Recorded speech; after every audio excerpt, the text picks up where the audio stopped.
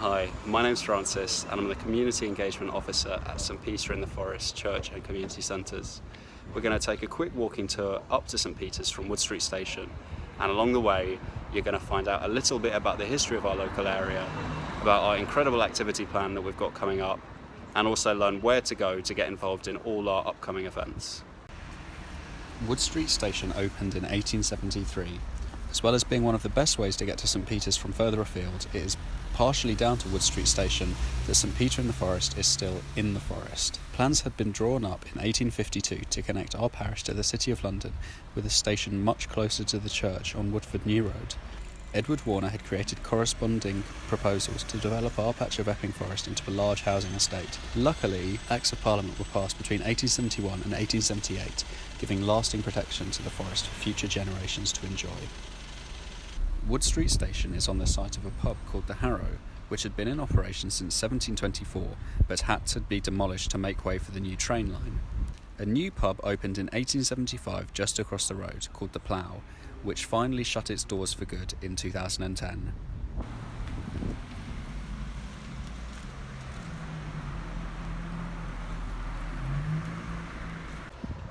Our verger Rob, who's lived in the area with his wife Frances, one of our church wardens, for about 35 years, remembers the Plough being a little bit of a dive, and it even had its licence revoked in 1997. But in its final incarnation, where it was managed by a guy called Vitor, apparently it turned its fortunes around and it became a really nice pub and a live venue for folk, blues and jazz music. Vitor now manages the bar at the Waltham Cricket Club, which is just behind me down Greenways Avenue. This has been its location since 1910, but actually the club's history goes back a lot further.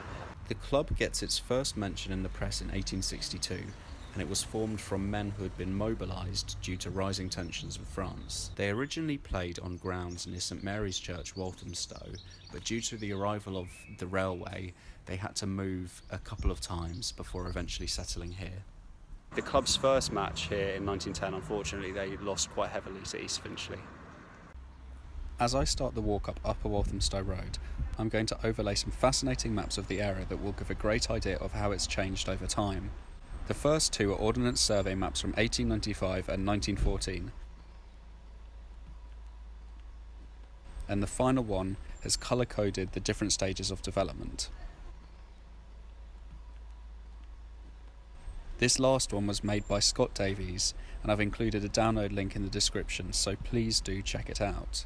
It's hard to remember that in 1840, when St Peter in the Forest was consecrated, that the area around Wood Street was actually practically the countryside, and there were only some timber houses here for people who were among the poorest living around Walthamstow at that time. There's still a lot of inequality in our area, and part of the goal of our project is to ensure that everyone can get involved with our activities regardless of their background. Census records from 1871 to 1901 show that the population of the borough was doubling each 10 years, growing from 11,000 to 97,000. The houses along Upper Walthamstow Road were built between 1890 and 1910. I don't know if these lovely buildings are Warner houses or not, so please do drop a message in the comment section telling me if you know. Off to our left, Biston Avenue used to house St Peter's Church Hall and playing fields. Just down Biston Avenue is a bus stop for the 2:30, so that's another really good way to get to St Peter's.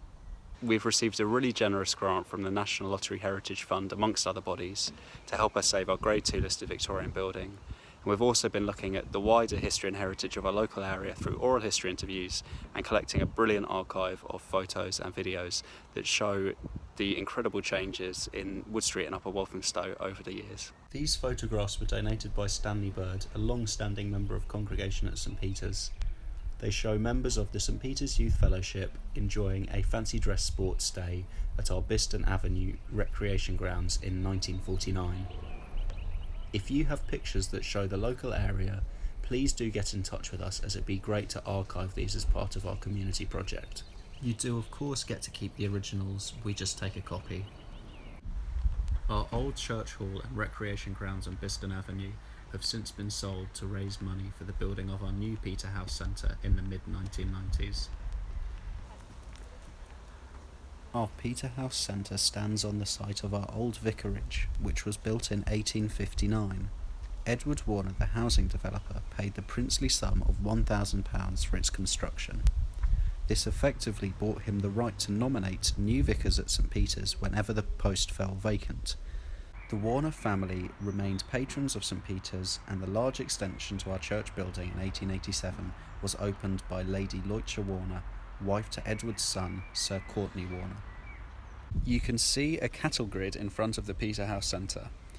The opening of the Peterhouse Centre, however, coincided pretty much exactly with the BSE or mad cow crisis, so the herds of cattle that grazed all around this area were removed and more strictly contained north of Chingford.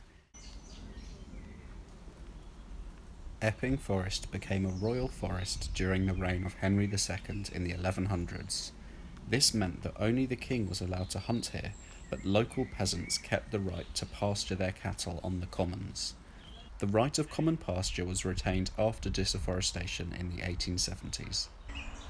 Just like the surrounding ancient woodland, the churchyard of St Peter in the Forest is also a very important natural hotspot. So it's officially designated as a site of specific scientific interest and also a priority habitat area within the larger forest around it.